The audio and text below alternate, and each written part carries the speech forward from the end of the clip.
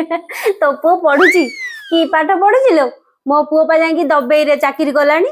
दीदी आसीगल टिके नई की प्रणाम कर छिड़ा है कि प्रणाम बैग ता धरे।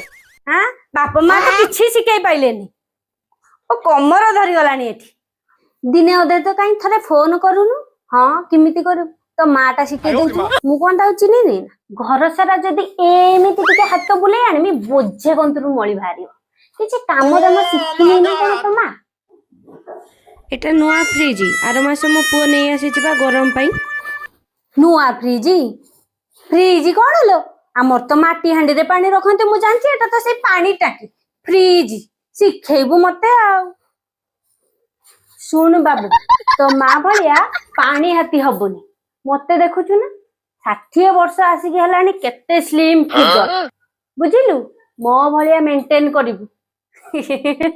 तो पुओ पढुची कि पाठ पढुची लो मो पुओ पा जाई दबेई रे चाकरी गलानी छोट बेले तू न पढ़े कि जदी ताकू आउ कोठी पढ़ाई थांदु ताले से भी आज गोटे चाकरी करथांदा। तोर जो पाठ मु कोन जानि नहीं ना जियो पियो किछि पटेलुनी ना नाही बाप बा 18 वर्ष रो नेकी पळे आस्तिला तो मां को जोति पे आज एई दशा तू आज पर्यंत गोटे पटेई पारुनु।